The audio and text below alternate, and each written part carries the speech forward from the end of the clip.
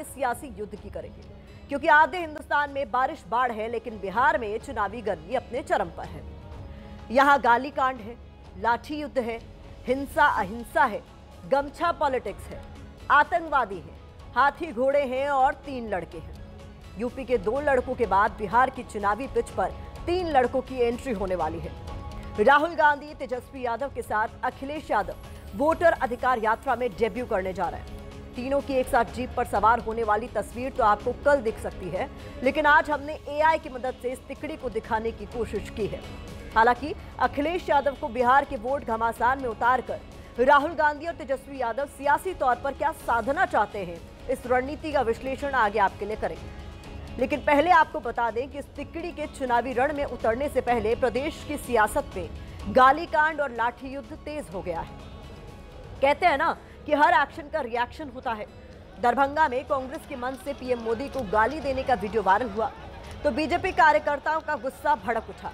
उसके बाद ये दृश्य सामने आया, जहां पटना में पीएम मोदी को अपशब्द कहे जाने के विरोध में बीजेपी कार्यकर्ताओं ने प्रदर्शन किया। इस दौरान बीजेपी कांग्रेस कार्यकर्ता आमने सामने आ गए और दोनों तरफ से जमकर लाठी डंडे चलने लगे। पहले आप इस लाठी युद्ध की रिपोर्ट देखिए, इसके बाद खबर को विस्तार देंगे।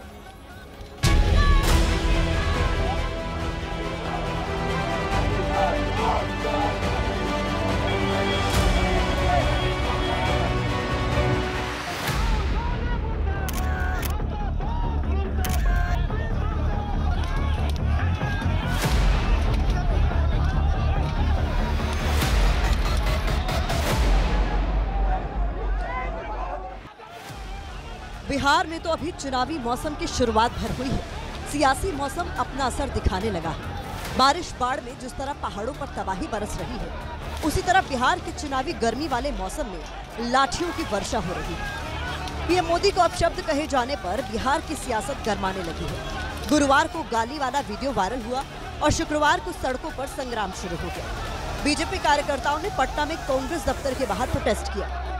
इस दौरान कांग्रेस और बीजेपी कार्यकर्ता आमने सामने हो गए और लाठी डंडे लेकर एक दूसरे के ऊपर टूट पड़े।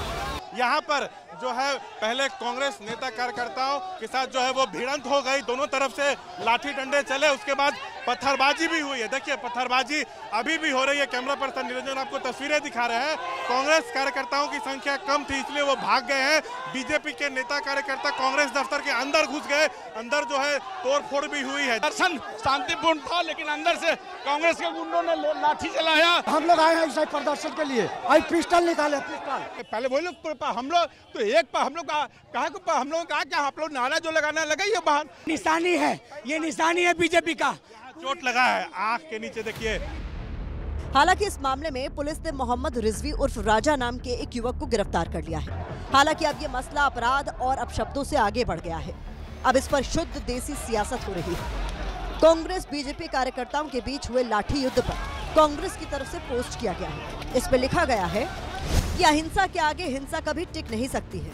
वोट चोरी और चुनावी धांधली के खिलाफ हम लगातार आवाज उठा रहे हैं। हमारी वोटर अधिकार यात्रा को लोगों का अपार प्रेम और समर्थन मिल रहा है, जिससे बीजेपी और नरेंद्र मोदी बौखला गए हैं। इसी बौखलाहट में आज बिहार प्रदेश कांग्रेस कार्यालय सदाकत आश्रम पर बीजेपी ने अपने विधायकों के साथ गुंडे भेजकर हमला कराया। कांग्रेस कार्यकर्ताओं के साथ मारपीट की गई। कार्यालय में भी तोड़फोड़ की गई। कांग्रेस आरजेडी ने केंद्रीय मंत्री गिरिराज सिंह के उस बयान को भी बीजेपी की बौखलाहट बताया है, जिसमें उन्होंने राहुल गांधी और तेजस्वी यादव पर आतंकवादियों को संरक्षण देने का आरोप लगाया है। ये राहुल गांधी और तेजस्वी यादव केवल रोहिंग्या और बांग्लादेशियों को संरक्षण, वोट का अधिकार नहीं देने की मांग कर रहे हैं, बल्कि बांग्लादेशी और रोहिंग्या के नाम पर आतंकवादियों को समर्थन दे रहे हैं। एक तरफ जहां गाली कांड और लाठी युद्ध को कांग्रेस बीजेपी की ही साजिश बता रही है, वहीं बीजेपी के नेता और मोदी सरकार के बड़े बड़े मंत्री कांग्रेस की भाषा पर सवाल उठा रहे हैं। एक घुसपैठिया बचाओ यात्रा जो उन्होंने बिहार में निकाली है, उसमें राहुल गांधी के स्वागत के मंच पर से नरेंद्र मोदी जी की स्वर्गीय माता जी के लिए अपशब्द बोलकर सबसे घृणित काम कांग्रेस के नेताओं ने किया है। किसका आदमी था वो? ये इनका टूल किट है। ये खुद इस तरह के एजेंट्स छोड़ देते हैं। बदमाशी हमें जानते हैं, इनकी रग रग से हम वाकिफ हैं। ये टूल किट एक्सपोज हो चुका है। पहले ये खुद करवाते हैं, फिर अरे हमें गाली दे दी। जिस व्यक्ति ने भी इस प्रकार की भाषा बोली है उसकी हम भर्त्सना करते हैं। उसका कांग्रेस से कोई लेना देना नहीं है, कांग्रेस का कोई दूर दूर तक कोई नाता नहीं है। इस गाली कांड और लाठी युद्ध की टाइमिंग बेहद अहम है। ये ऐसे वक्त में शुरू हुआ है जब समाजवादी पार्टी के अध्यक्ष अखिलेश यादव राहुल गांधी और तेजस्वी यादव के साथ वोटर अधिकार यात्रा का हिस्सा बनने वाले हैं। साफ है कि बिहार की असली चुनावी लड़ाई अब शुरू हुई है। आगे आगे इस लड़ाई में दमदार सियासी एपिसोड देखने को मिलने वाले हैं।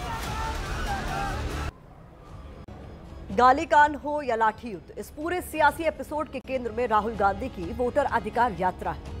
हमारे सहयोगी दीपक रावत इस यात्रा का एक एक अपडेट लगातार हम तक पहुंचा रहे हैं। इस यात्रा को आज 13 दिन पूरे हो चुके हैं। यह यात्रा शुक्रवार को बेतिया से शुरू होकर पश्चिमी चंपारण होते हुए सीवान पहुंच रही है। आज राहुल गांधी ने गांधी चौक पर महात्मा गांधी की प्रतिमा के माल्यार्पण के साथ यात्रा की शुरुआत की। बाद में राहुल गांधी सिर पर नीला गमछा बांधे हुए भी नजर आए। इस यात्रा में एंट्री को लेकर अखिलेश यादव बिहार में चर्चा का विषय बने हुए हैं। अखिलेश यादव इंडिया गठबंधन के सहयोगियों में अकेले ऐसे नेता हैं जो वोट चोरी के मुद्दे पर राहुल गांधी के साथ कंधे से कंधा मिलाकर चल रहे हैं। संसद परिसर में विरोध प्रदर्शन के दौरान वो राहुल गांधी के साथ खड़े नजर आए हैं। तो वोट चोरी के मुद्दे पर इंडिया अलायंस की तरफ से निकाले गए मार्च में भी उन्होंने राहुल गांधी के साथ बढ़ चढ़कर हिस्सा लिया। इस दौरान बैरिकेड के ऊपर से कूदने वाला उनका वीडियो देश में काफी सुर्खियां बटोर चुका है। अब अखिलेश यादव बिहार के रण में राहुल गांधी के साथ होंगे। इसके पीछे महागठबंधन और इंडिया अलायंस की रणनीति क्या है, इस रिपोर्ट में देखिए।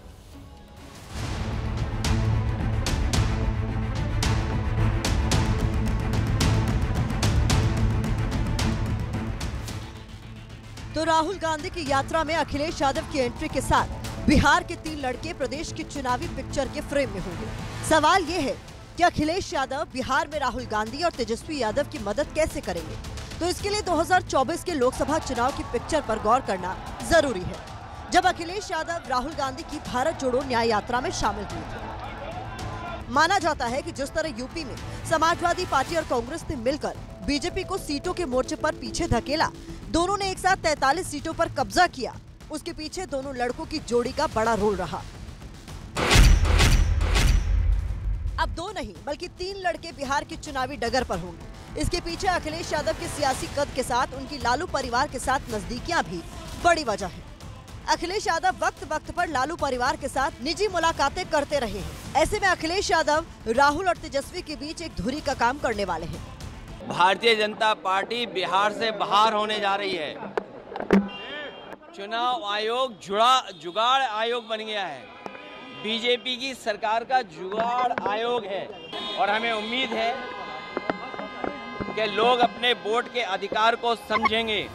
अब अखिलेश के बिहार आने का चुनावी कनेक्शन समझिए। अखिलेश यादव बिहार के सिवान और भोजपुर जिले में वोटर अधिकार यात्रा का हिस्सा होंगे। ये दोनों जिले उत्तर प्रदेश की सीमा से सटे हुए हैं। सिवान और भोजपुर जिले के तहत विधानसभा की 15 सीटें आती हैं। 2020 के विधानसभा चुनाव में महागठबंधन ने यहां 11 सीटें जीती, जबकि एनडीए को सिर्फ 4 सीटों पर ही जीत मिली। 2020 के नतीजे देखें तो इन दोनों जिलों में महागठबंधन एनडीए के मुकाबले मजबूत नजर आता है। अब अखिलेश यादव के जरिए इस प्रदर्शन को और बेहतर करने की कोशिश है, क्योंकि सिवान जिले में मुस्लिम वोटरों की आबादी 3 लाख है। इसके साथ ही यादवों की आबादी 2.5 लाख।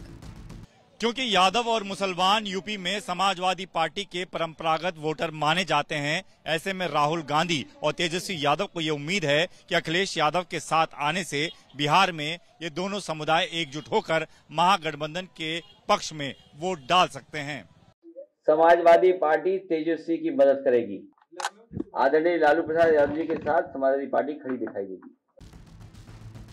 अब क्योंकि आरजेडी, कांग्रेस और समाजवादी पार्टी इंडिया अलायंस का हिस्सा है, ऐसे में तीनों दल मिलकर विपक्ष की एकजुटता का संदेश भी दे रहे हैं और शक्ति प्रदर्शन भी कर रहे हैं। हम लोग एक संगठित तरीके से वोट चोरी को रोके और जनता इससे रिलेट हो गई है और विश्वास कर चुकी है कि ये वोट चोरी हो रहे हैं और अब तक हुए हैं, तो इससे बेनिफिट एकता में ताकत आएगी।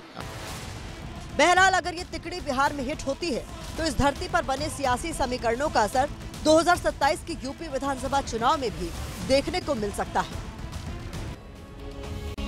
अखिलेश यादव की एंट्री से पहले ही राहुल गांधी ने बिहार के यादवों को संदेश देने की शुरुआत कर दी है। राहुल गांधी ने बिहार में टार्जन के तौर पर मशहूर फिटनेस आइकन राजा यादव से मुलाकात की है। राजा यादव के साथ राहुल गांधी ने लंबी बातचीत की है।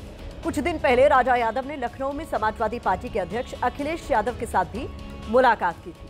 अखिलेश यादव ने राजा यादव को सम्मानित भी किया था। तो जैसा कि हमने अपनी रिपोर्ट में दिखाया, अखिलेश यादव के जरिए तेजस्वी और राहुल गांधी यादव जाति के वोटर्स को एकजुट कर महागठबंधन के पाले में लाने की कवायद कर रहे हैं, क्योंकि सीवान के साथ भोजपुर जिले में भी यादवों की अच्छी खासी तादाद है। रिपोर्ट्स के मुताबिक भोजपुर जिले में 3,50,000 यादव वोटर हैं। यहाँ मुस्लिम वोटरों की तादाद 1,25,000 है। अति पिछड़ा जाति से आने वाले वोटरों की संख्या 5 लाख है। यादव मुस्लिम के साथ महागठबंधन की नजर अति पिछड़ा वोट बैंक पर भी है, जो नीतीश कुमार के साथ रहा है। लेकिन मुस्लिम यादव यानी MY समीकरण पर महागठबंधन की पकड़ है। इस पकड़ को और मजबूत करने के लिए अखिलेश यादव चुनावी रण में उतर रहे हैं। MY के साथ फोकस में PDA फॉर्मूला भी है।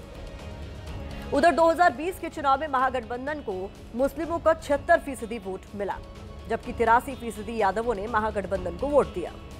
2025 में अगर ये वोट एकजुट होकर महागठबंधन के पाले में आ गया तो इससे बिहार के साथ साथ आने वाले दूसरे राज्यों के चुनाव में भी इंडिया अलायंस की तरफ से इस वोट बैंक को संदेश दिया जा सकेगा। अब वक्त इस खबर पर सोशल मीडिया के ओपिनियन का है। तो यूजर्स लिख रहे हैं कि बिहार में चल रही वोटर अधिकार यात्रा में तेजस्वी, राहुल के साथ अखिलेश यादव भी जुड़ने जा रहे हैं। ये बढ़िया कदम है। इसके बाद इन तीनों को यूपी में भी यात्रा करनी चाहिए। यूजर्स लिख रहे हैं कि ये जन आंदोलन अब रुकने वाला नहीं है। वोट चोरों को सत्ता से हटाकर ही दम लेगी। बिहार में अब समाजवाद की गूंज। अखिलेश यादव की यात्रा में शामिल होने से PDA और MY समीकरण को नया बल मिलेगा। तो ये इस खबर पर सोशल मीडिया का ओपिनियन है।